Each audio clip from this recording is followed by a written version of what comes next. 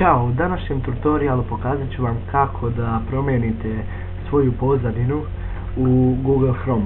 Prvo što treba da uradite je da imate sam Google Chrome na računaru. Ako ga nemate, morate ga skinuti. Zatim otvorite Google Chrome. Kada vam se otvori Google Chrome, pojavit će vam se znači ovakva slika, slična znači obična slika.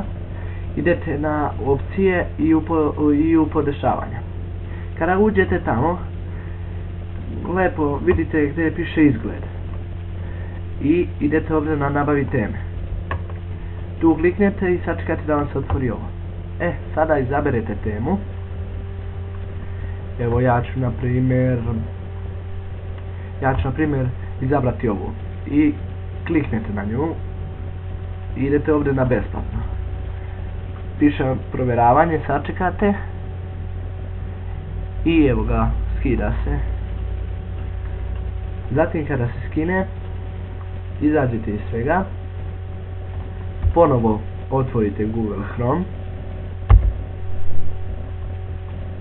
i to je to.